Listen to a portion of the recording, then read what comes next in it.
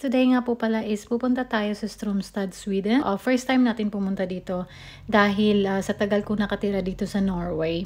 Ngayon pa lang ako bibisita sa Sweden. Actually, magkapit-bahay lang po talaga sila dito. Yung place nga pala na pupuntahan natin ay isa yun sa pinaka-popular or famous na place na kung saan pwede tayong bumili ng maraming pagkain or tsokolate.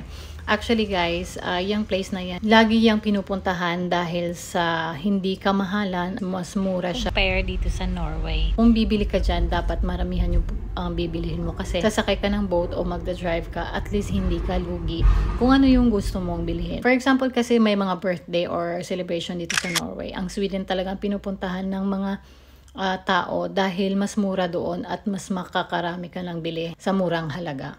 Dahil nga mas malapit yung Oslo to Sweden, 2 hours drive lang, at nakatira kami 1 hour away from Oslo.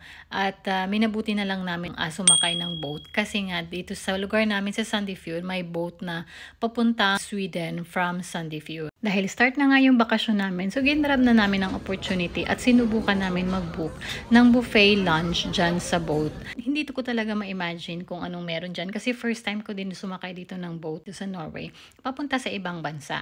At pag nagpapareserve ka ng lunch buffet, ayan na nga yung place na pwede mong upuan at yung view na pwede mong makita dyan habang papunta kayo sa Sweden. At yun na nga, pag nakapagpa-reserve kayo ng buffet lunch, naka-reserve na din yung table ninyo. 2 hours hanggang sa pagdating nyo sa Sweden. Wala pong ibang makakaupo dyan dahil binayaran nyo na yan, included ng buffet lunch na pinili nyo. Para sa akin, kung gusto nyo subukan mag-travel ng boat from Sandefjord to Sweden, not necessary naman talaga na kailangan nyo mag-book ng lunch buffet. Marami din silang mga seat and tables dito na pwede nyong upuan. Ang consequence nga lang is maraming tao na pumupunta doon at tinitake ng boat na to. So may possibility na hindi kayo makaupo at wala kayong table. Tapos na nga yung lunch namin at sinubukan namin pumunta sa labas kasi gusto din namin makita kung ano yung scenery na makikita natin. At this time nga lang is medyo umuulan siya at malamig kaya wala masyadong tao dito sa labas. Usually talaga guys, napaka-famous to napuntahan sa labas. May bar din sila. Pwede kayong mag-inom o yung mag-chill habang nakasakay sa mini boat na to.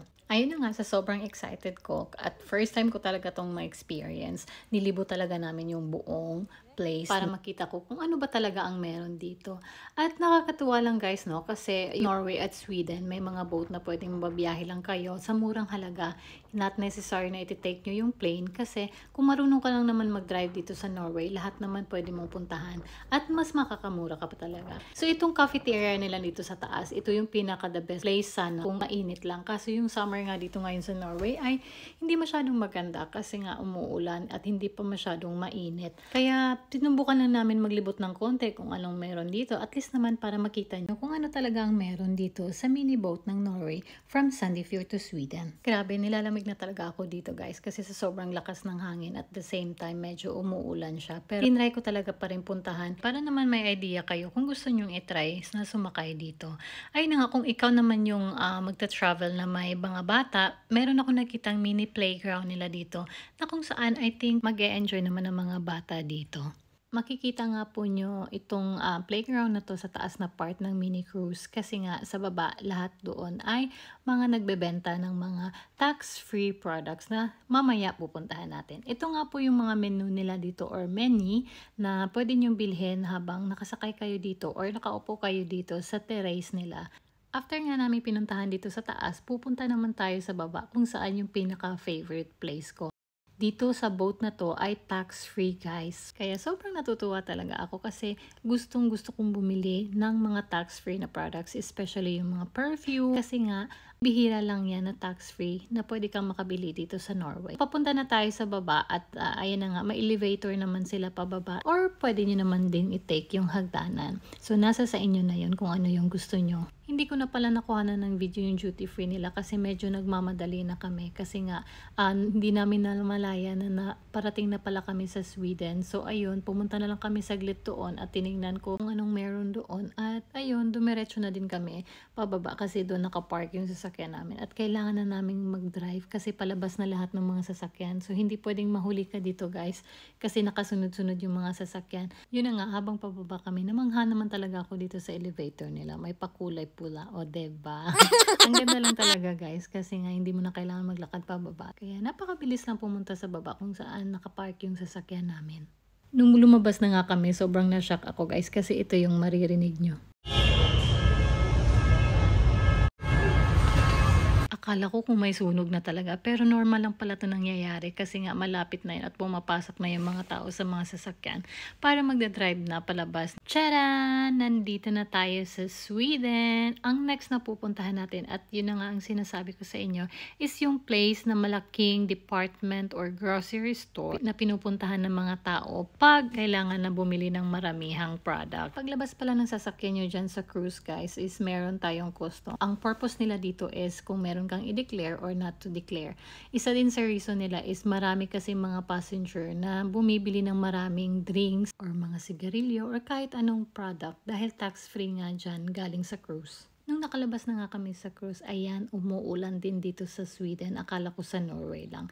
Pero normal lang talaga yan guys kasi 3 hours away lang naman yung Sweden sa Norway. Na-excite na ako guys kasi malapit na tayo sa shopping center na kung saan gustong gusto ko talagang puntahin dahil sabi nga nila napakamura dito na halaga at marami kang pwedeng bilhin. Yung first nga talaga pinuntahan natin is yung pinakasikat kung saan ka pwedeng makamura ng bili ng mga tsokolate.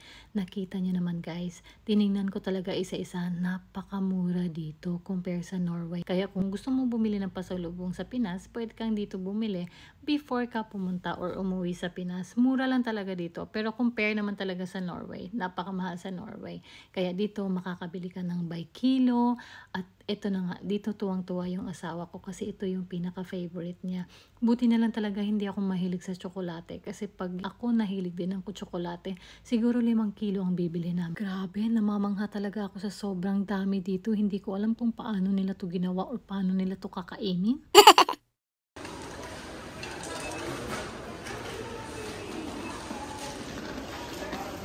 Naku, nakita nyo na kung sino yung tuwang-tuwa dyan sa mga tsokolate na yan. May hawak-hawak na nga siyang pang sandok. Mapili niya kung ano yung tsokolate na gusto niya. Di ko nga alam guys kung ano din gusto kong kakainin dito kasi sa sobrang dami. Mahihilo ka talaga kung ano yung gusto mong kainin. Kung malapit lang talaga dito ang Pilipinas, naku, pinadala ko na to doon. Kasi nga, sobrang mura dito at by kilo pa siya. So, pwede ko tong ipadala sa Pinas. Kaso lang kung ipapadala ko to sa Pinas from Norway to Philippines, pagdating sa Pinas for sure tunaw na. Ayan, nakapili naman ako kung ano yung gusto kong kainin. Kasi mahilig talaga ako sa chocolate guys na merong peanuts. Laging hindi masyadong matamis. Sa totoo lang, nung pumasok ako rito, unang naisip ko talaga yung mga pamangkin ko, yung family ko, at usually yung mga bata sa Pilipinas na gustong-gustong kumain ng tsokolate. Siguro kung meron ito sa Pilipinas, panigurado magiging attraction to sa mga bata. Kasi sa sobrang dami ba naman dito, hindi ko nga alam kung meron palang mga tsokolate ng ganito na iba't ibang flavor. Habang namimili nga kami kung ano yung gusto namin kainin, sobrang manghang-mangha talaga ako dito guys. Meron silang white chocolate, meron silang chocolate with mallows. Basta napakadami. Malilito ka na lang talaga kung ano yung gusto mo. Napag-isip-isip ko, napaka-swerte ko pala talaga no, na napunta ako dito at na-experience ko to. Kasi lagi ko talaga iniisip, pag may bago akong nakikita, hindi ko to naranasan nung bata pa ako. At gusto kong maranasan ng lahat ng mga bata, lalong-lalo na yung mga bata sa Pinas. Kasi sobrang matutuwa sila dito at ito talaga yung kaligayahan nila. At for sure, hindi nila makakalimutan tong experience na to. I know naman na hindi masyadong maganda sa kalusugan ng mga bata ang matamis. Pero kung bibigyan naman natin sila ng moderate at para matikman lang nila, I think it's enough naman para ma-experience din nila. Ito nga yung snus na tinatawag nila. Ibang klaseng sigarilyo to guys. Hindi na to umuusok. Nilalagay nang nila sa bibig nila. Nagbebenta din sila dito. At yun yung bagong nauso ngayon na hindi ko alam kung meron na sa Pilipinas. Ayan na nga, sa sobrang laki talaga ng candy or chocolate store na to, hindi pa rin ako tapos maglibot. Gustong gusto kong ipapakita sa inyong lahat kung gaano karami ang meron sila dito. Meron pa silang mga sachet, meron din silang mga by dozen kung gusto mong bumili ng tig to 12 pieces. Ayan, pinakita ko na lahat kung ano meron sila dito. At ito yung pinaka namangha talaga ako. May nakita akong isang candy tower. yung candy tower nila na hindi ko anasahan. Akala ko hindi siya candy pero totoong candy siya guys. Ayan na nga. Maglalagay ka lang ng lagayan dyan. Parang tubig siya na dumadaloy. Kung gusto mong lagyan yung lagayan mo, ilalagay mo lang dyan sa loob.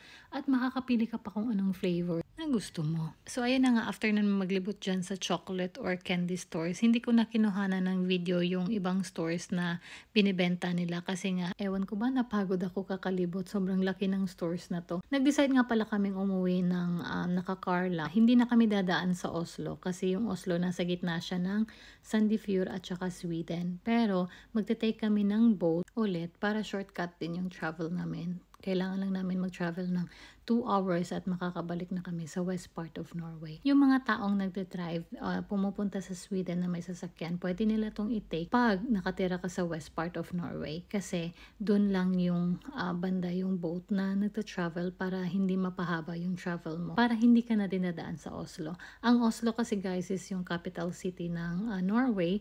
Tapos medyo matraffic dun pag dumadaan ka dun. Kaya ito yung purpose nila. Bakit nila nilagay itong boat? Para hindi na kailangan umikot ng mga driver or ng mga taong nakatira sa West Norway.